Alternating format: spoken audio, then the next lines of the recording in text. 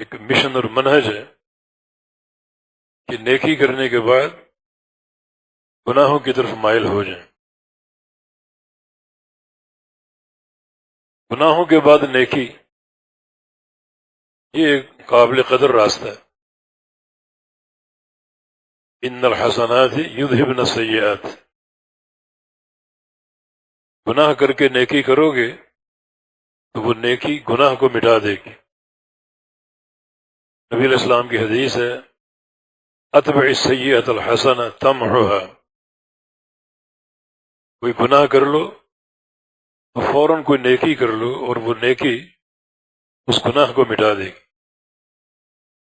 آپ سوچیں، ایک انسان نے گناہ کیا ہے اور گناہ کے بعد نیکی کر لی تو یہ اس کی برکت ہے کہ اللہ رب العزت اس گناہ کی برکت سے، اس نیکی کی برکت سے اس گناہ کو مٹا دے گا. کہ گناہ کے بعد نیکی کا صلہ اور اجر ہے. بلکہ ایک انسان اگر گناہ کرنے کے بعد منہج توبہ کو اپنا لے اور پھر نیکیاں کرتا ہی جائے، نیکیوں میں تعطل نہ آئے، اس کے لیے کیا ہے؟ الا من تاب وآمن وعمل عملا صالحا،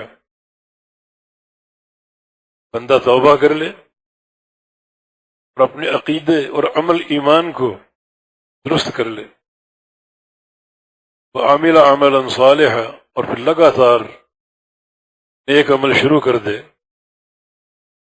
اولئک یبدل اللہ سیئاتہم حسنات، اللہ تعالیٰ ایسے انسانوں کے گناہوں کو نیکیاں بنا دے گا. کیا غور کیا آپ نے؟ ان گناہوں کے بعد نیکیاں.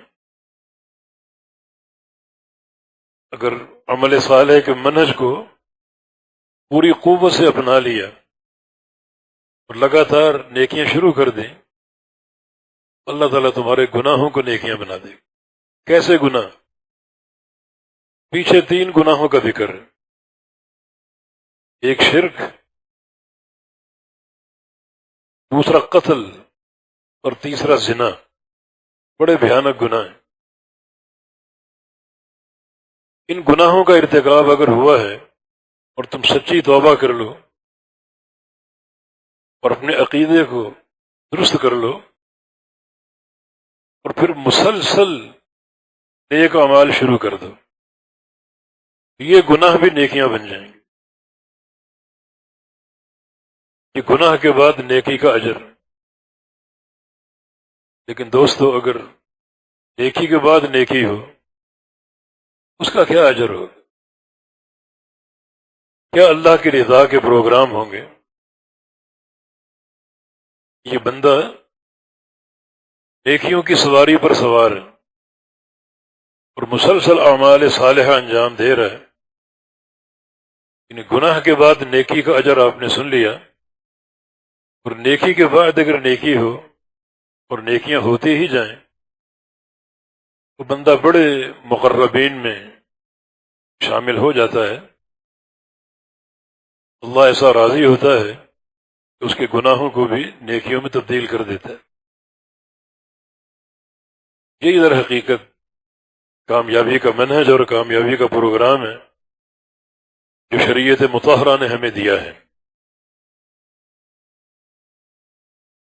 کچھ لوگوں کا کہنا تھا کہ جنت کا حصول یوں ہی ہو جائے گا، کسی محنت کے بغیر، کسی تگ و دو کے بغیر. وقالوا لن يدخل الجنة الا من كان هودا او نصارى، بس یہودی ہونا کافی یا عیسائی ہونا کافی ہے تو وہ جنتی ہے. تلک امانیہم، یہ ان کی تمنائیں ہیں، ذاتی سوچیں ہیں. قل ہاتوا برہانکم، ان سے کہو اپنی دلیل پیش کرو. اتنی قیمتی دولت کہ ایک لکڑی کی جگہ پوری دنیا سے قیمتی ہے.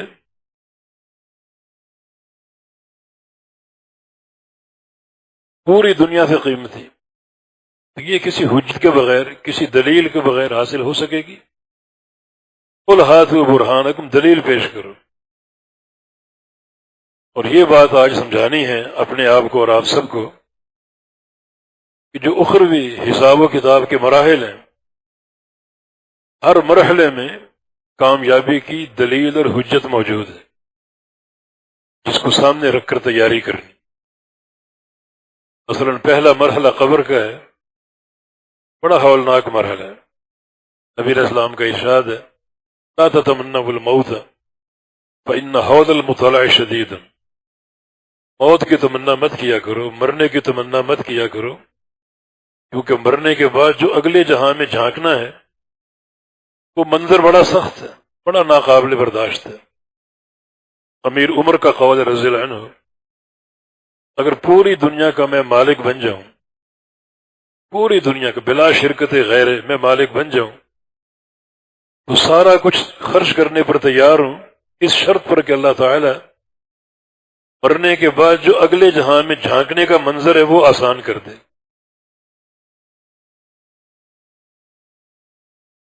یہ قبر کا معاملہ، من مات فقد قامت قیامتہ، جو بندہ مر جاتا ہے اس کی قیامت اسی وقت قائم ہو جاتی۔ امیر المومنین عثمان غنی رضی اللہ عنہ جب کسی قبر کو دیکھتے یبکی بکاء حتی یبل لحیتہ، بہت روتے حتیٰ کہ داڑھی بھیگ جاتی۔ ایک دفعہ کسی نے پوچھا کہ آپ کے سامنے جنت کا ذکر آتا ہے، جہنم کا ذکر آتا ہے، اس قدر نہیں روتے، قبر کو دیکھ کر کیوں روتے؟ فرمایا جب بھی کسی قبر کو دیکھتا ہوں مجھے نبی علیہ السلام کی ایک حدیث یاد آ جاتی۔ آپ نے فرمایا تھا کہ ان القبر اول منزل من منازل یوم القیامہ، کہ قبر جو ہے یہ جو قیامت کی منازل ہیں ان میں سب سے پہلی منزل اور سب سے پہلی گھاٹی، جو یہاں کامیاب ہو گیا اس کو اللہ تعالیٰ آئندہ بھی کامیابی سے ہمکنار کرے گا، اور جو یہاں ناکام ہو گیا وہ جوں جوں آگے بڑھے گا اس کا عذاب سخت سے سخت ہوتا جائے گا۔ قبر کا عذاب بھی کوئی معمولی عذاب نہیں۔ قد کذب عبدی فافرشوا له من النار والبسوه من النار، یہاں جہنم کے بستر ہوں گے، جہنم کا لباس ہوگا، اور جہنم کے دروازے قبر میں کھول دی جائیں گی۔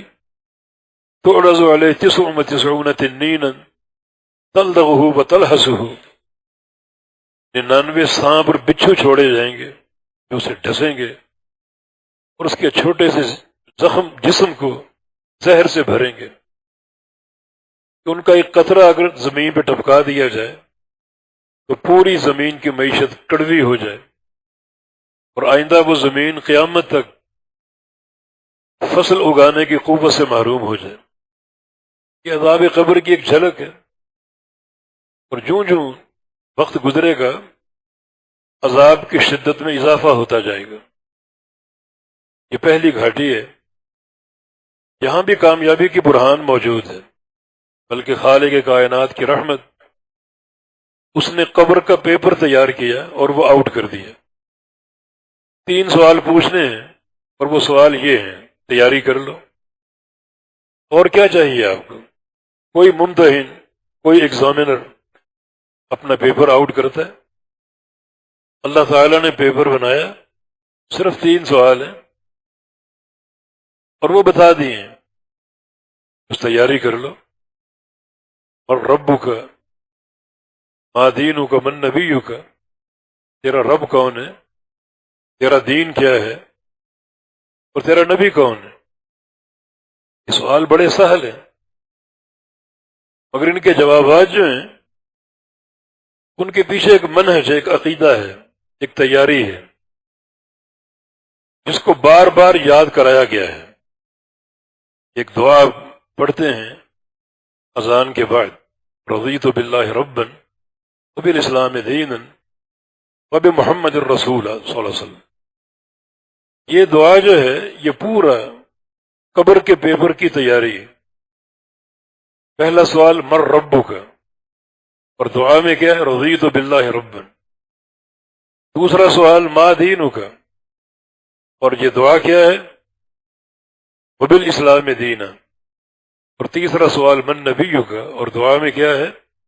وبمحمد الرسول صلی اللہ علیہ وسلم. یہ دعا دن میں بار بار دہراتے ہیں. در حقیقت یہ اسی مرحلے کی تیاری کہ میں راضی ہوں اللہ تعالیٰ کو رب مان کر، اسلام کو اپنا دین مان کر، اور محمد مصطفیٰ صلی اللہ علیہ وسلم کو اپنا رسول مان کر. بس یہاں صحیح جواب دینے کے لیے دو قوتوں کی ضرورت ہے، ایک علمی قوت ہے اور ایک عملی قوت ہے. حافظ ابن قیم کا ایک قول کہ دو قوتیں چاہیے، علمی اور عملی. علمی قوت کیا ہے؟ آپ کو علم ہو، یقین ہو، بلکہ اس پر راضی ہو جائیں کہ اللہ ہی رب ہے اور کوئی رب نہیں، اور پھر عملی طور پر اس پر قائم ہو جائیں. یعنی علمی اور عملی قوت. یہ نہ سوچیں کہ سوال بڑے آسان ہیں، یہ تو سب کو معلوم ہے، بچہ بچہ جانتا ہے. نہیں، صحیح جواب کے پیچھے ایک منہج ہے، علمی اور عملی قوت ہے. آپ کی پوری زندگی اس علم پر گزرے کہ اللہ ہی رب ہے اور کوئی رب نہیں. یہ درگاہیں، یہ آستانے، جبے اور قبے سب باطل. وہ اکیلا عبادت کے لائق ہے، وہ اکیلا رب ہے. علمی اور عملی قوت. اور دین کیا ہے؟ دین اسلام. ظاہر سوال آسان ہے، مگر قبر میں جواب دینے کے لیے یہ پیچھے پورے منہج کی ضرورت ہے. اب ایک شخص سے پوچھا جائے کہ تیرا رب کون ہے، اور اس کے بہت سے رب ہوں، صبح کسی کو سلام ہو، شام کسی کو سلام ہو. ایک ویگن پر میں نے لکھا ہوا دیکھا کہ صبح داتا اور شام بری. وہ کیا جواب دے گا کہ میرے تو بہت سے مشکل کشا تھے، بہت سے رب تھے. اس لیے وہ ہا لا ادری کہے گا. یہ کلمہ تعجب ہے.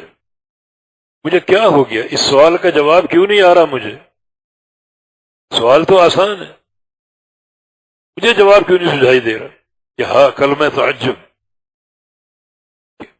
کہ افسوس ہے کہ میں نہیں جانتا میرا رب کون ہے. تو کیسے جانے گا؟ تیرے بہت سے رب تھے. آج کس رب کا تعین کرے گا؟ تو اتنا آسان اور سہل معاملہ ہے یہ. پیپر بتا دیا گیا، سوال بتا دیا گیا، تو تیاری کر لیجیے. اور ان کلمات کی فضیلت حدیثوں میں وارد ہے.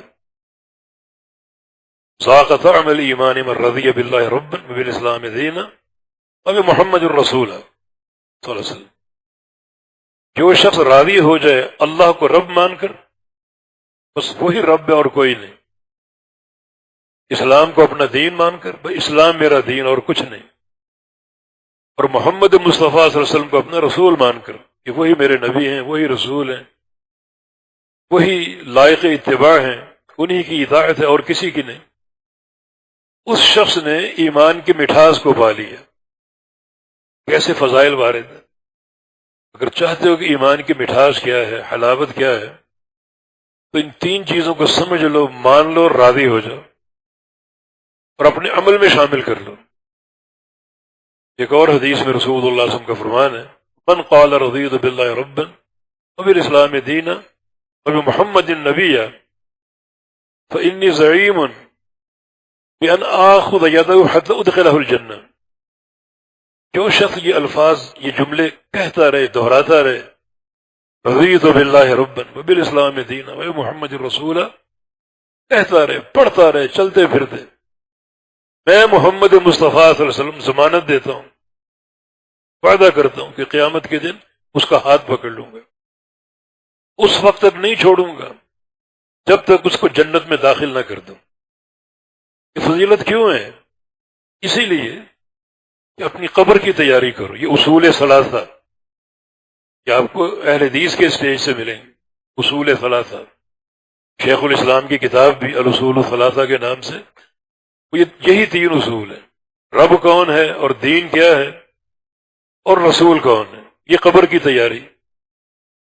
باقی اس اعتقادی قوت کے ساتھ ساتھ عملی قوت بھی ہے۔ جب انسان قبر میں داخل ہوتا ہے بہت ہی مشکل گھاٹی ہے وہ، اس وقت اس کے عمل جو ہیں، نبی علیہ السلام کی حدیث کے الفاظ ہیں کہ حفہ العمل، اس کا عمل اس کو گھیر لیتا ہے۔ ادھر نماز کھڑی ہو گئی، ادھر روزہ کھڑا ہو گیا، ادھر زکوٰۃ کھڑی ہو گئی، ادھر مسجد میں جانا کھڑا ہو گیا۔ اب وہ عذاب کا فرشتہ اس میں داخل ہونے کی کوشش کرتا ہے کہ اتا الیہ، فرشتہ اس کی طرف بڑھتا ہے اس کو عذاب دینے کے لیے، تکلیف دینے کے لیے۔ اگر وہ منہ کی طرف سے آتا ہے تو اس کا روزہ کھڑا ہو جاتا ہے، پیٹ کی طرف سے آتا ہے اس کی نماز کھڑی ہو جاتی ہے، کہیں اس کا صدقہ کھڑا ہو گیا اس کو روکنے کے لیے، اللہ تعالیٰ کھڑا کر رہا ہے، اللہ اس کا ساتھ دے رہا ہے۔ اس ساتھ ساتھ عمل، نمازیں ہیں، روزے ہیں، حج عمرہ ہے، زکوٰۃ اور صدقات ہیں، جو اس مشکل ترین گھاٹی میں کام آئیں گے۔ یہ ساری برہانیں ہیں۔ یہ قبر جو پہلا زینہ قیامت کا، اس میں فلاح کا یہ سارا پروگرام ہے۔ اعتقادی قوت اور ساتھ ساتھ عمل ہو، عمل کرو گے تو عمل قبر میں آپ کو داخل کرتے ہی چاروں طرف سے گھیر لیں گے۔ اب جو قوتیں عذاب کی آپ کی طرف بڑھیں گی، ان قوتوں کو یہ عمل روکے گا، عمل آپ کا دفاع کرے گا۔ دیکھیں کتنا واضح پروگرام موجود ہے، یہ برہان۔ اس برہان کے بغیر تم قبر میں کیسے کامیاب ہوگے؟ جو پہلا مرحلہ، کیسے کامیاب ہوگے؟ یہ بڑے اللہ تعالیٰ کے قیمتی سودے ہیں، بڑی قیمتی باتیں ہیں۔ یہ نہ سمجھیں کہ اس برہان کے بغیر ہم کامیاب ہو جائیں گے۔ سنن نسائی کی حدیث ہے، رسول اللہ صلی اللہ علیہ وسلم ایک جنازے میں تھے، قبرستان میں جنازہ پڑا ہوا تھا اور آپ قبر کے کنارے پر تشریف فرما تھے۔ اچانک آپ رو دیے۔ حدیث میں آتا ہے کہ حتی بل الثرا، اتنا آپ روئے جو سامنے قبر کی مٹی تھی وہ بھیگ گئی۔ پھر آپ نے قبر کی طرف اشارہ کیا، لمثل ھذا فاعدوا، اس گھر کی تیاری کر کے آنا۔ یہ پہلا ایک زینہ، پہلی گھاٹی، اس کو ہلکا نہ لینا، اس کی تیاری کر کے آنا اور تیاری کرتے رہنا، کیونکہ موت اچانک بھی آ سکتی۔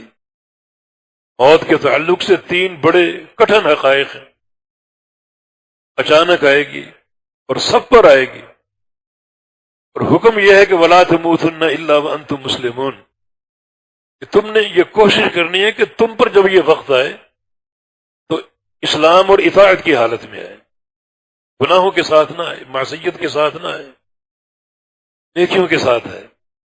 تو نامعلوم تم کسی گناہ میں ملوث ہو اور موت آ جائے، پھر کیا ہوگا؟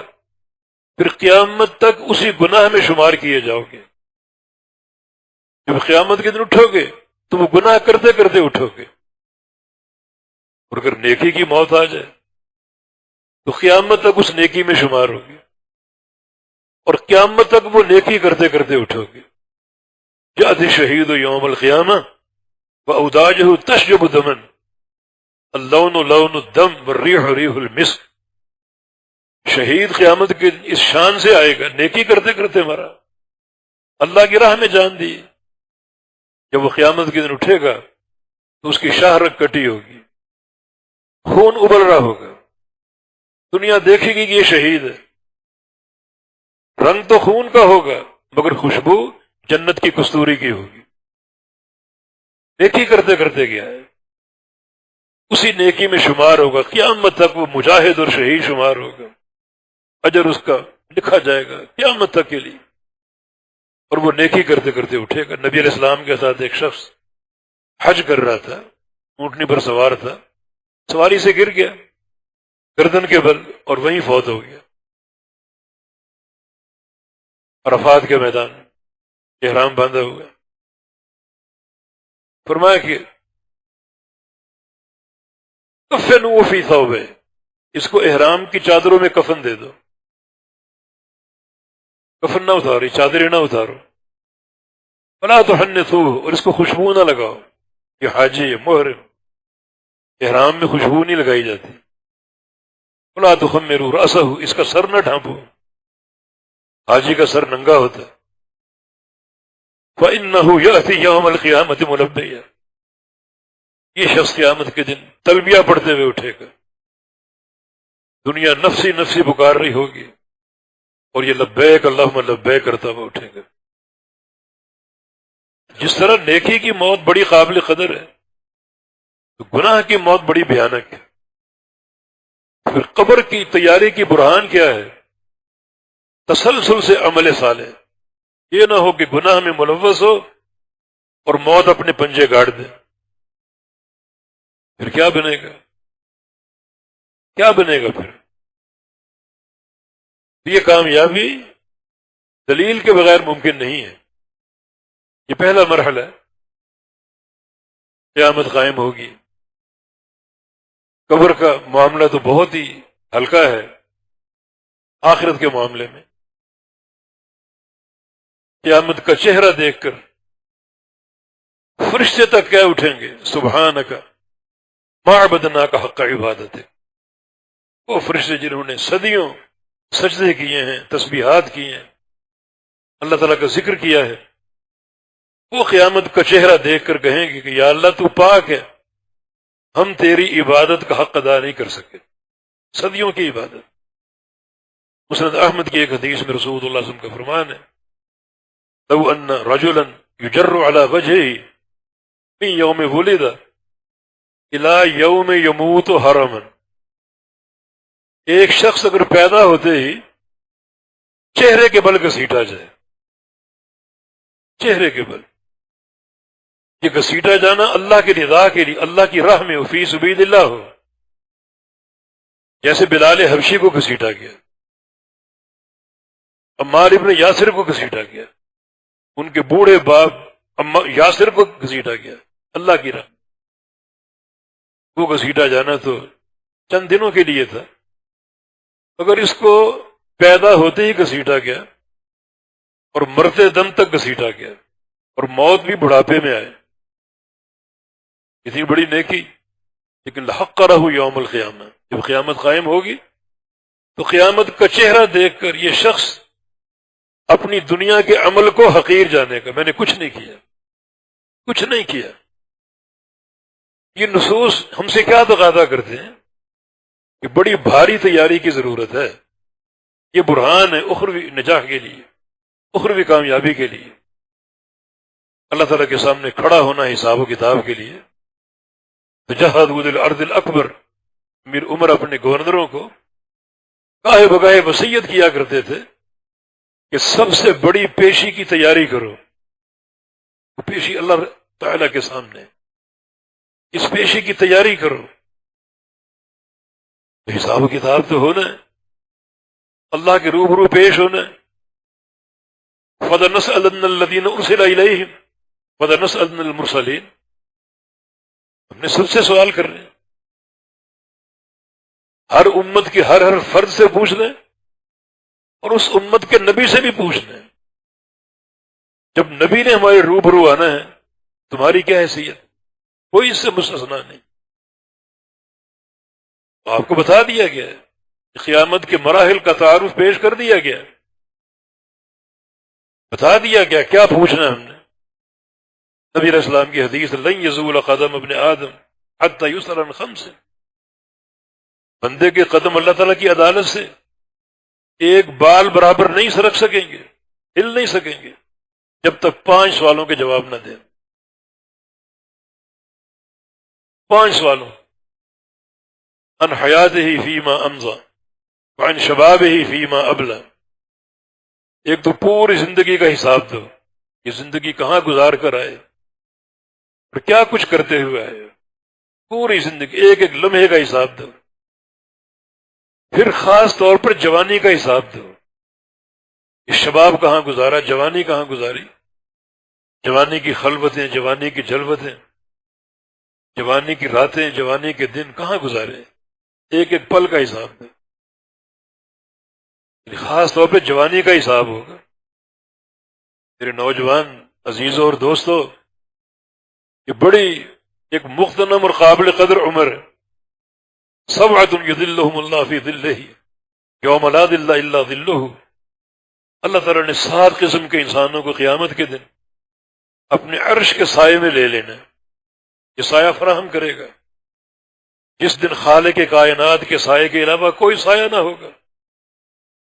اس میں ایک نوجوان ہے، ان 7 افراد میں شاب نشأ فی عبادت ربہ، وہ نوجوان ہے جو اپنے رب کی عبادت میں پروان چڑھے، بچپن ہی سے عبادت کا شوق پیدا ہو گیا، مسجد کی محبت پیدا ہو گئی، علماء کی محبت پیدا ہو گئی، ان سے ملنا، مسجد میں جانا، حاضری دینا، نماز باجماعت کا اہتمام کرنا، اللہ کا ذکر کرنا، جوانی کی عمر سے۔ بڑے بڑے بوڑھے اس دن نیکیوں اور گناہوں کی الجھن میں گرفتار ہوں گے، گن رہے ہوں گے بیچارے، اور یہ نوجوان جو ہے اللہ کے عرش کے سائے تلے بیٹھا ہوگا، جو جوانی ہی سے، بچپن ہی سے اللہ تعالیٰ کی عبادت کرتا ہے۔ تو اللہ تعالیٰ نے یہ 2 سوال کرنے ہیں، ساری عمر کہاں گزاری اور جوانی کہاں گزاری، اور تیسرا سوال مال کے بارے میں، چوتھا سوال بھی مال کے بارے میں، وَعَنْ مَالِهِ مِنْ أَيْنَ اكْتَسَبَ وَفِيمَا أَنْفَقَ، مال کے بارے میں جواب دو، کہاں سے کمایا، آمدنی کے ذرائع کیا تھے، اور پھر مال کے بارے میں چوتھا سوال، خرچ کہاں کیا، حالانکہ تمہارا اپنا مال ہے، خرچ کرنے میں تم آزاد ہو، لیکن یہ آزادی قیامت کے دن قائم نہیں رہے گی۔ بتاؤ یہ ایک ایک درہم، ایک ایک پیسہ کہاں خرچ کر کے آئے، کیا خریدا، کس کو دیا، یہ بھی حساب ہوگا۔ اور 5واں سوال وَعَنْ عَمَلِهِ فِيمَا عَلِمَ، جو علم تمہارے پاس تھا اس علم کے مطابق اپنا عمل پیش کرو، جتنا علم تمہیں دیا اس علم کے مطابق اپنا عمل پیش کرو۔ یہ بھی اللہ تعالیٰ کا احسان ہے کہ اس نے سوال کرنے ہیں وہ بتا دیے تاکہ تم تیاری کر سکو۔ اخروی حساب و کتاب میں کامیابی کی برہان ہے یہ۔ ان 5 سوالوں پر غور کرو۔ اگر سابقہ زندگی میں کوئی انحراف ہو چکا ہے، کوئی مالی بدعنوانی ہو چکی، یا کوئی لمحہ، کوئی گھڑی اللہ کی نافرمانی میں گزری، یا جوانی کی کوئی بھول ہو گئی، تو آج توبہ کا امکان ہے۔ ابھی آپ نے سنا نہیں، اگر توبہ کر لو، عقیدے کو سنوار لو، اور پھر مسلسل نیکی شروع کر دو، تو ان گناہوں کو نیکیاں بنا دوں۔ نبی علیہ السلام کی حدیث ہے، قیامت کے دن ایک شخص آئے گا حساب و کتاب کے لیے، بڑا ڈرتے مرتے، بڑا پریشان حال، اور اللہ فرشتوں سے کہے گا کہ اعرضوا علیہ صغار ذنوبہ ورفعوا عنہ کبارہا، یہ بندہ جو آ رہا ہے نا، اس کے صرف چھوٹے گناہ پیش کرنا، بڑے گناہ اٹھا دو اس کے، وہ پیش نہ کرنا۔ اس کو پتہ میں کیا پاپ کما کر آیا ہوں، ڈرتے مرتے آگے بڑھے گا، اور فرشتے شروع کر دیں گے اس کا یہ گناہ، یہ گناہ، چھوٹے گناہ۔ نبی علیہ السلام کا فرمان ہے کہ وہ اپنے چھوٹے گناہوں کا اقرار کرے گا، یعترف بصغار ذنوبہ وہ مشفق عن کبارہا، چھوٹے گناہ کا اقرار کر رہا ہے، ہر گناہ کا اقرار کر رہا ہے، اور ساتھ ساتھ کانپ رہا ہے کہ جب بڑے گناہ کھلیں گے تو میرا کیا بنے گا۔ چھوٹے گناہ اتنی باریک بینی سے پیش ہو رہے ہیں، جب بڑے گناہوں کی فہرست کھلے گی تو کیا بنے گا میرا۔ جب چھوٹے گناہ سارے ختم ہو جائیں گے تو اللہ تعالیٰ فرشتوں سے کہے گا اجعلوها حسنات، ان سارے گناہوں کو نیکیاں بنا دو، سب گناہوں کو نیکیاں بنا دو۔ نبی علیہ السلام نے فرمایا کہ جب یہ منظر دیکھے گا کہ میرے گناہ نیکیاں بن گئی، اب وہ سوچے گا میں نے بڑے بڑے گناہ بھی کر رکھے تھے، وہ کیوں نہیں سامنے آئے۔ ایک دم اس میں جرت پیدا ہو جائے کہ یا اللہ کچھ گناہ اور بھی تھے، وہ کہاں گئے۔ ابو ذر غفاری اس حدیث کے راوی ہیں، کہتے ہیں کہ نبی علیہ السلام نے یہ جملہ ارشاد فرمایا کہ آپ ہنستے بہت کم تھے، تبسم کرتے تھے آپ، اتنا ہنسے آپ کہ ہم نے آپ کی داڑھیں دیکھ لی، کھلکھلا کے ہنسے۔ اس بندے کی جرت دیکھو، ابھی کانپ رہا ہے، ایک دم جرت آ گئی، یا اللہ اور گناہ کہاں ہیں میرے؟ اللہ تعالیٰ گناہوں کو نیکیاں بنا دے گا۔ اس کے لیے اس منہج توبہ کی طرف آؤ۔ اب ہم نے سن لیا کہ سابقہ زندگی میں جو ہم نے گناہ کیے، اللہ تعالیٰ نے ایک ایک لمحے کا حساب لینا ہے، اور لمحے ہم جانتے ہیں، بچپن کہاں گزارا، جوانی کہاں گزاری، یہ لمحات کہاں گزارے۔ اگر توبہ نہ کی تو ان کا حساب دینا ہوگا۔ تو منہج توبہ موجود ہے، اللہ تعالیٰ صدق دل سے توبہ کی توفیق دے دے۔ یا ابن آدم لو بلغت ذنوبک عنان السماء ثم استغفرتنی لاغفرن لک علی ما کان منک ولا ابالی۔ آدم کے بیٹے، تیرے گناہ اگر زمین پہ رکھے جائیں تو آسمانوں کو چھونے لگیں، تو سچا استغفار کر لے، سچی توبہ کر لے، تیری ایک بار کی توبہ سے تیرے 100 سال کے گناہوں کو معاف کر دوں۔ وہاں کوئی دیر نہیں ہے۔ اللہ تعالیٰ کے یہاں توبہ کا معاملہ اتنا رحمت پر قائم ہے کہ وہ ہر بندے کو معاف کرتا ہے اور ہر گناہ کو معاف کرتا ہے، ہر گھڑی معاف کرتا ہے۔ کوئی اوقات مختص نہیں ہے کہ فلاں وقت میں آ کر توبہ کر لو، ہر گھڑی، دن رات کے جو یہ لمحات ہیں، کسی لمحے سچی توبہ کر لو۔ یہ آپ کی توبہ کی صداقت اللہ دیکھ لے، بڑی جلدی بندے سے صلح کر لیتا ہے، بڑی جلدی راضی ہو جاتا ہے۔ یہ جب معاملہ آ گیا اخروی حساب کا، اللہ تعالیٰ کو اپنے حساب دینا ہے۔ حساب بھی کیسا؟ زندگی کے ایک ایک لمحے کا، جوانی کے ایک ایک لمحے کا۔ تو پھر اپنی زندگی کو سامنے رکھو، جوانی کے ایام کو سامنے رکھو۔ 19-20 ہوئی ہے، کوئی تغافل ہوا ہے، تو آج بندہ توبہ کر لے، بڑا غفور الرحیم ہے، گناہوں کو بخشنے والا ہے۔ بس بندے کے دل سے اس کو خشیت دکھائی دے کہ بندے کے دل میں ڈر ہے میرا، پھر گھڑی کوئی بھی ہو۔ بنی اسرائیل کے 100 افراد کا قاتل پشیمان ہوا، اب وہ پکارتا پھر رہا کہ حل لی من توبہ، میرے لیے توبہ ہے؟ اللہ کے لیے بتاؤ مجھے، میرے لیے توبہ ہے؟ دل علی راہب، ایک راہب کی طرف بھیجا گیا، وہ کٹھیا میں ایک راہب بیٹھا ہے، صوفی صاحب، اس سے جا کر پوچھ لو۔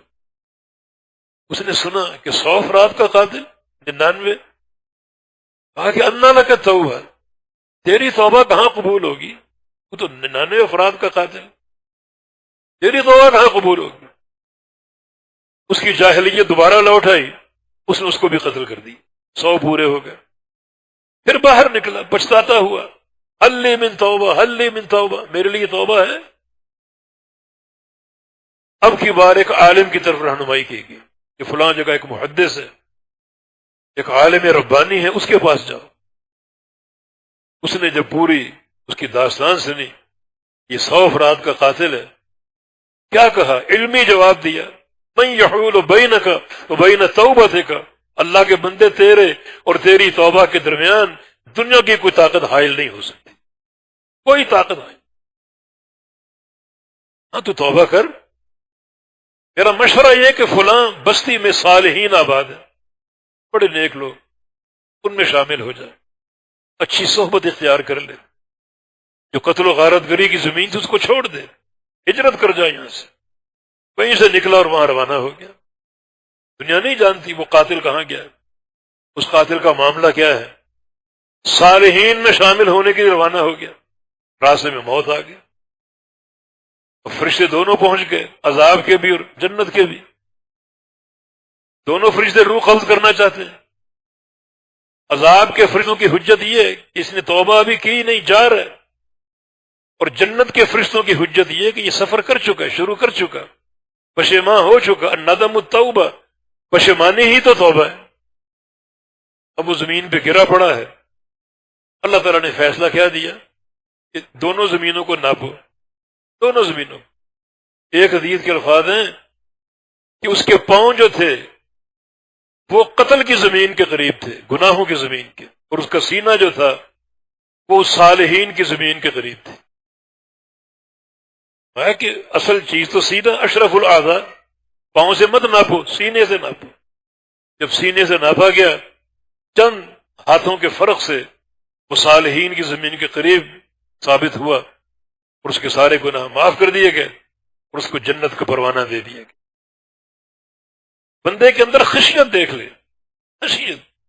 کفل کے پاس ایک عورت آئی، مجبوری کی ماری، اس کو 60 دینار چاہیے تھے، کہا کہ دے دوں گا، رات کو آؤ میری تنہائی میں، مجبوری کی ماری رات کو پہنچ گئی، اور کفل نے اللہ کی حد پامال کرنا چاہی۔ عورت رو پڑی، کیوں روتی ہو؟ میں تمہیں پورے گن کر پیسے دوں گا۔ کہا کہ بات یہ نہیں ہے، بات یہ ہے کہ اللہ کی حد کو پامال نہ کر، اللہ سے ڈر جا، اللہ کا خوف اپنے اندر پیدا کر، اس کی حد کو پامال نہ کر۔ بس اس کی اندر کی کائنات پلٹ گئی، ایک انقلاب آ گیا، پیسے دے کر اس کو روانہ کر دیا، اور رات کو کفل کا انتقال بھی ہو گیا۔ دنیا جانتی ہے کہ یہ بڑا بد کردار ہے، بدقماش ہے۔ دن میں لوگ آئے اس کے گھر بند ہے، اندر اس کی لاش پڑی ہوئی ہے، دروازے پر دیکھا موٹا لکھا ہوا کہ قد غفر اللہ لذل کفل، قد غفر اللہ للکفل، رات اللہ نے کفل کے سارے گناہوں کو معاف کر دیا، سارے گناہوں کو معاف۔ یہ خشیت اپنے اندر پیدا کرو، یہ خشیت۔ ایک بندہ مرنے کے قریب ہے، اپنے بیٹوں کو جمع کیا، کیف کنت ابا لکم، میرے بیٹوں میں تمہارا کیسا باپ تھا؟ بہت ہی بہترین، ہمارے لیے کمایا، ہم کو کھلایا، سونے کے نوالے دیے، میری ایک وصیت نافذ کر دو گے؟ یہ ضرور کر دیں گے، جب میں مر جاؤں میری لاش کو جلا دینا، رات جمع کر لینا، اور کسی ایسے دن کا انتظار کرنا جس دن تیز آندھی چل رہی ہے، آدھی رات سمندر کی لہروں میں ڈال دینا اور آدھی رات ہواؤں میں بکھیر دینا، تاکہ بکھر جاؤں، بر و بحر میں پھیل جاؤں، میرے ذرے ذرے بکھر جائیں، اور میں دوبارہ نہ بن سکوں، دوبارہ انسان نہ بن سکوں۔ کیوں ایسا میں کیوں کہہ رہا ہوں؟ لئن قدر اللہ علی لیعذبنی عذابا شدیدا، اگر اللہ مجھ پر قادر ہو گیا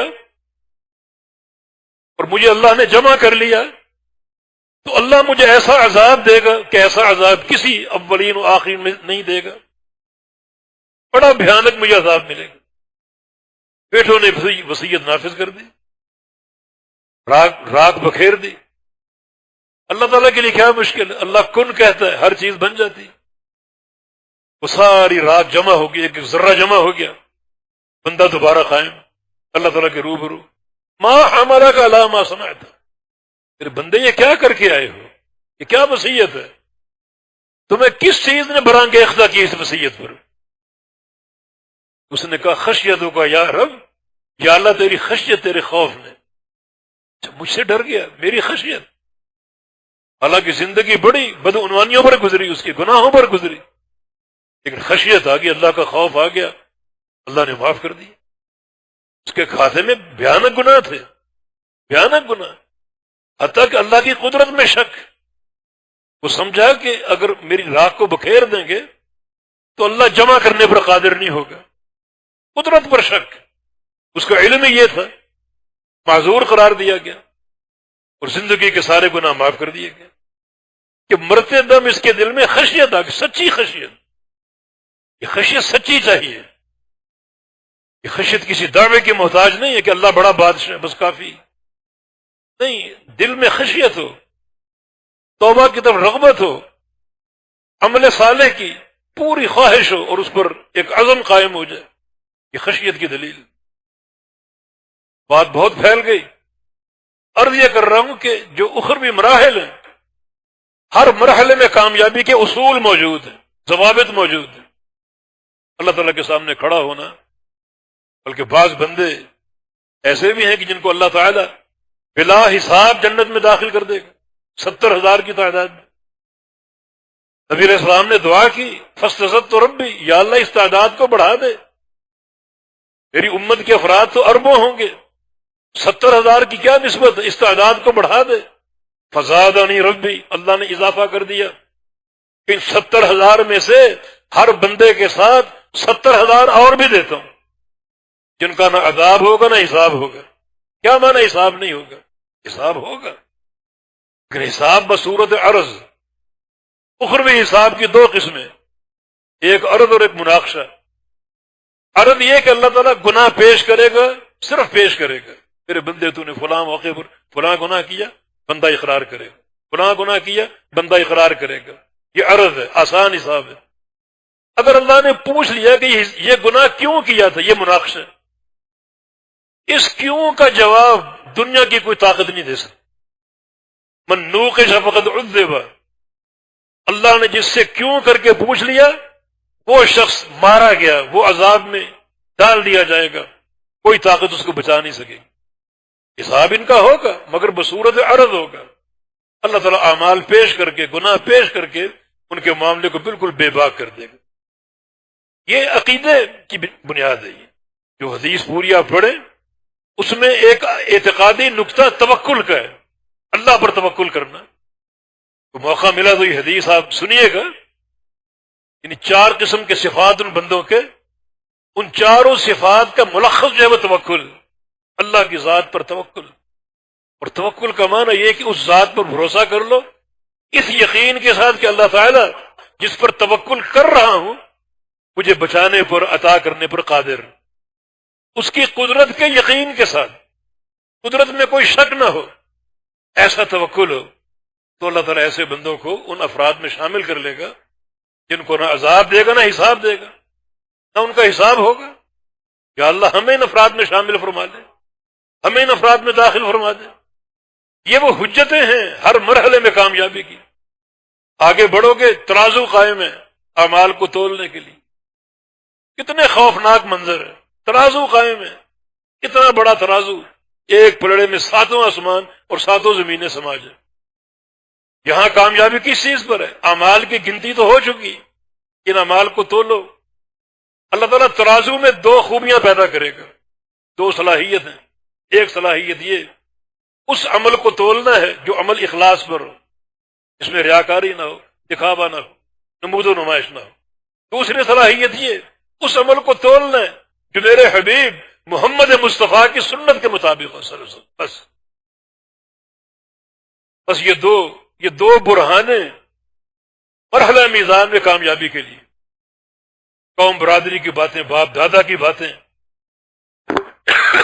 یا پیر و مرشد کی باتیں نہیں. ایسے نیکیاں اگر پہاڑوں کے برابر بھی ہوں کچھ نہیں، وہ سب بیکار ہے.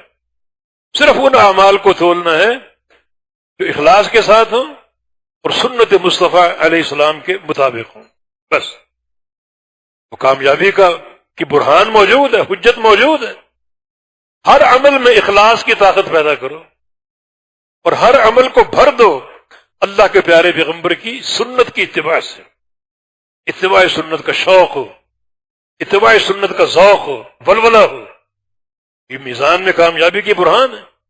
اسی لیے پیغمبر علیہ السلام کی حدیث ہے رب سمین لا یزن عند اللہ جناح بعوضہ. قیامت کے دن بڑے بڑے بھاری بھرکم لوگ آئیں گے اپنے اعمال سمیت. اللہ کہے گا تولو ان کو، نیکیوں کو تولو، اس بندے کو بھی تولو. جب تولا جائے گا تو اس بندے کی نیکیاں اور اس کا جثہ، اس کا جسم، یہ سارے مل کر مچھر کے پر کے برابر بھی نہیں ہوں. نیکیاں کرتا تھا، اخلاص نہیں تھا. نیکیاں کرتا تھا، سنت کی مطابقت نہیں تھی. اس مرحلے میں کامیابی چاہیے تو اللہ کے حبیب کی سنت کی اتباع اور اخلاص کی حفاظت. بالکل قریب ایک اور مرحلہ پل صراط کا، ادق من الشعر واحد من السیف، جو بال سے زیادہ باریک اور تلوار سے بڑھ کر کاٹنے والا ہو. پیچھے جہنم ہے، جہنم کی پشت پر وہ قائم ہے، دہکتی آگ جل رہی. اور یہ پل صراط جس سے گزرنا ہے، اسے گزرو گے، اس کو عبور کرو گے تو آگے جنت آئے گی، اس کا داخلہ ممکن ہوگا، ورنہ نہیں. وہاں 2 چیزیں ہیں جو بربادی کا باعث بنے گی. ایک یہ کہ وہاں پھسلن ہوگی، قدموں کو استقرار نہیں ملے گا. اور دوسرا وہاں تیزی، وہ تلوار کو سمجھے کہ ریزر ہے جس کو جہنم پر پھیلا دیا گیا ہے، وہ کاٹے گا. تیزی چاہیے تاکہ اس عذاب سے بچ سکے، اور قدموں کو ثبات چاہیے. یہاں بھی 2 پروگرام اللہ نے دیے، 2 برہانے دیے ہیں، ثبات کی برہان اور تیزی سے گزرنے کی برہان. کچھ لوگ بجلی کی طرح گزریں گے، کچھ لوگ پلک جھپکنے کی طرح گزریں گے. کچھ لوگ آندھی کی طرح گزریں گے.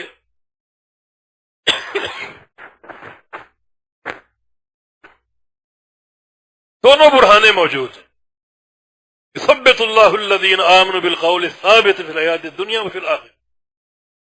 اللہ تعالیٰ ثابت قدمی دے گا، استقرار دے گا آپ کے قدموں کو ہر مرحلے پر اور پل صراط پر بھی. تو شرط یہ کہ تم کیا کر لو؟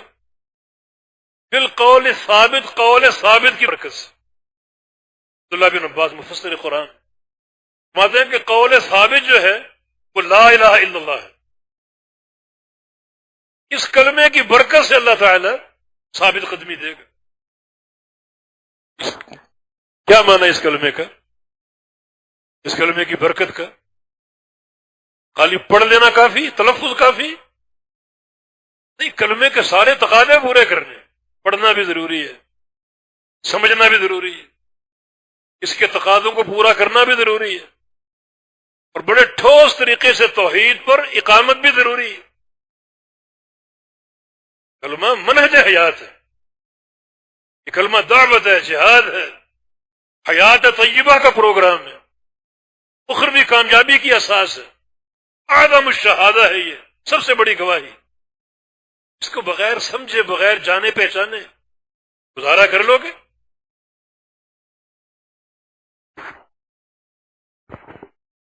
یہ ناممکن ہے. تو تمہیں ثابت قدمی ملے گی، لیکن اس قول ثابت لا الہ الا اللہ کی برکت سے، اس قول ثابت کی برکت سے اس کو سمجھو، اس کو پڑھو، اس کے تقاضے پورے کرو. افضل الذکر لا الہ الا اللہ، سب سے بہترین ذکر لا الہ الا اللہ. سفیان ثوری کا قول ہے کہ لیس شیء اقطع لظہر ابلیس من قول لا الہ الا اللہ. سب سے زیادہ تمہارے جس ذکر سے ابلیس کی کمر ٹوٹتی ہے وہ لا الہ الا اللہ ہے.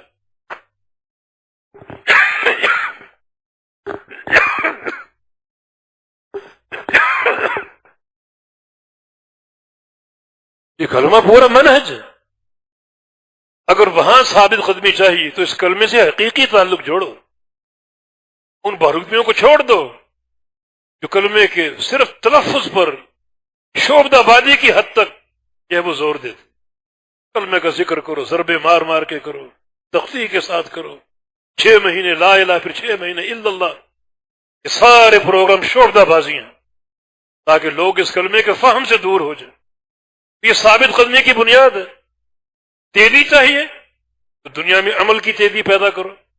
صحیح مسلم کی حدیث ہے، رسول اللہ صلی اللہ علیہ وسلم کا فرمان ہے من ابطأ بھی عملہ لم یسرع بہ نسبہ.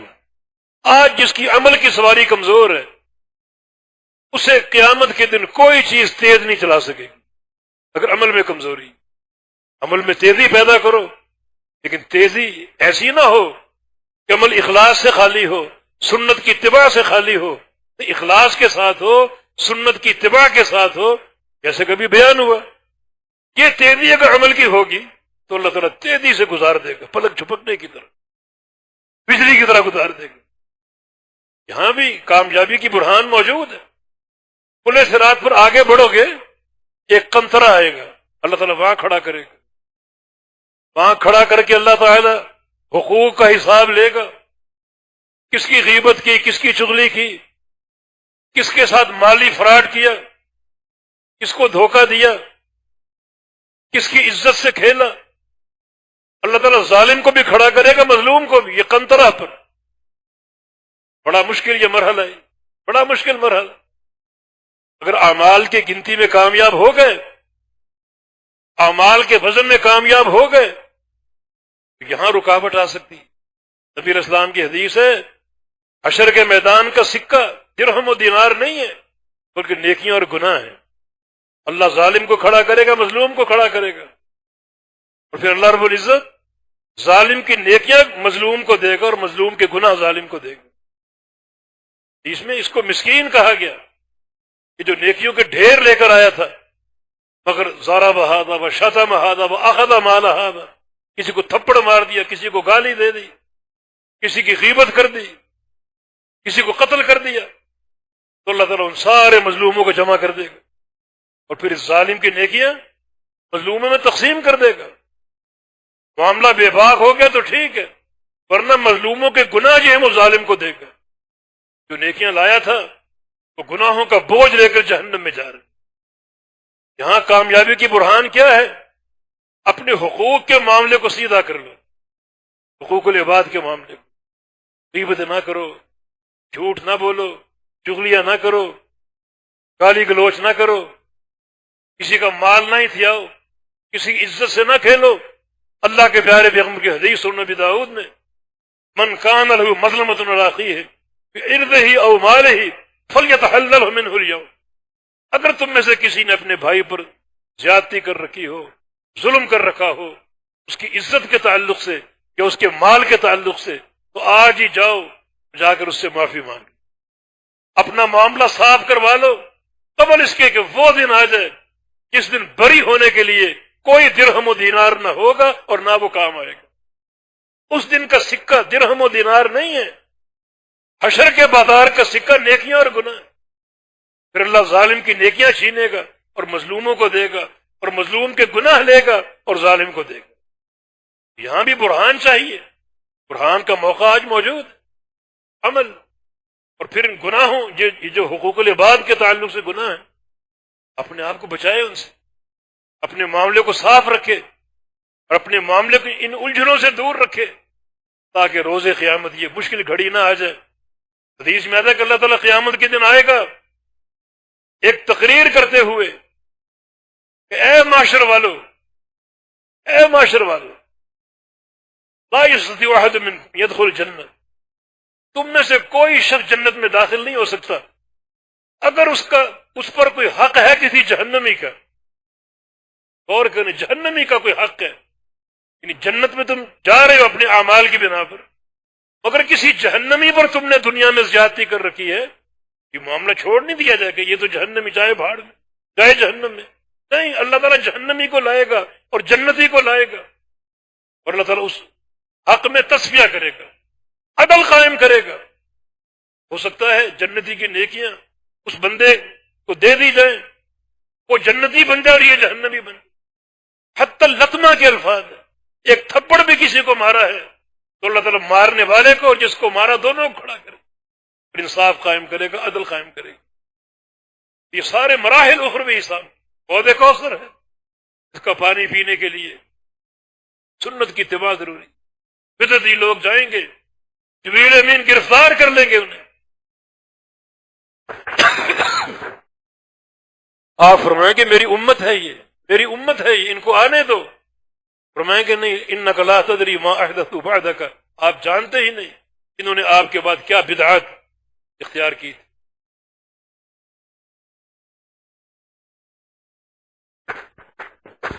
وہاں بدعتی انسان کا کوئی مقام نہیں، سنت کی اتباع کام آئے گی۔ یہ مختلف مراحل ہیں، ان مراحل میں کامیابی کی برہانیں موجود ہیں، تیاری کے مواقع موجود ہیں، تو آج تیاری کیجیے۔ ایک انسان قیامت کے دن جو کہے گا کہ یا اللہ دنیا دوبارہ قائم کر دے تاکہ میں نیک اعمال کروں، تو بھائی دنیا موجود ہے، کر نیک اعمال۔ اس دن جو کہے گا دوبارہ قائم کر دے تاکہ میں نیک اعمال کروں، تو موقع ہی نہ آنے دو، دنیا موجود ہے، تم بھی موجود ہو، نیک اعمال کرو، اپنے عقیدے کو سنوارو، اپنے عمل کی اصلاح کرو۔ مواقع موجود ہیں، عمر بھی موجود، اللہ تعالیٰ نے کم عمر نہیں دیا، 60 70 سال 80 سال چھوٹی عمر نہیں۔ جو ذات بندے کے ایک لمحے کی خشیت پر راضی ہو جاتا ہے تو 70 80 سال کی عمر کوئی معمولی عمر نہیں۔ قیامت کے دن افسوس کرو گے کہ یا اللہ دنیا دوبارہ قائم کر دے، وہ دنیا قائم ہے آج، تم بھی زندہ اور موجود ہو۔ ان حیات کے دنوں کو غنیمت جان لو، اعمال صالح کی طرف آؤ، نیک اعمال اپناؤ تاکہ قیامت کے دن افسوس نہ ہو۔ یہ ساری برہانیں موجود ہیں، ان پر غور کرو، ان دلائل کو سامنے رکھتے ہوئے، حجتوں کو سامنے رکھتے ہوئے، ان براہین کو سامنے رکھتے ہوئے اخروی معاملے کی تیاری کرو۔ ہر معاملے میں کامیابی کے دلائل موجود ہیں اور براہین موجود ہیں، بات صرف غور و فکر کی ہے اور اپنانے اور عمل کرنے کی ہے۔ اللہ پاک مجھے اور آپ کو توفیق عطا فرما، اللہ ہم سے راضی ہو جائے، اللہ تعالیٰ اپنی خشیت ہم کو عطا فرما دے، ایسی خشیت جو سارے گناہوں کے بیچ میں حائل ہو جائے۔ اللہ تعالیٰ تمام بیماروں کو صحت عطا فرما دے۔ بہت سے مریض آج کل خاص طور پہ کرونا وائرس میں مبتلا ہیں، اللہ تعالیٰ سب کو صحت کاملہ دے، صحت دائمہ اور عاجلہ عطا فرما دے۔ تمام بیماروں کے لیے آپ دل سے دعا کیجئے، بہنوں اور بھائیوں کے لیے اللہ تعالیٰ سب کو عافیت دے، اور اللہ سب کو شفاء کاملہ عطا فرما دے، سب کو عافیت کی زندگی عطا فرما دے۔ اللہ ہم سے راضی ہو جائے، اپنی محبتوں کا مستحق قرار دے دے، رحمتیں عطا فرما دے۔ یا اللہ ہمارے گناہوں کو بخش دے، اور یا اللہ ہمیں نیک اعمال کے ڈگر پر قائم رہنے کی توفیق۔ اقول قولی هذا واستغفر الله لي ولكم، واخر دعوانا الحمد لله رب العالمين۔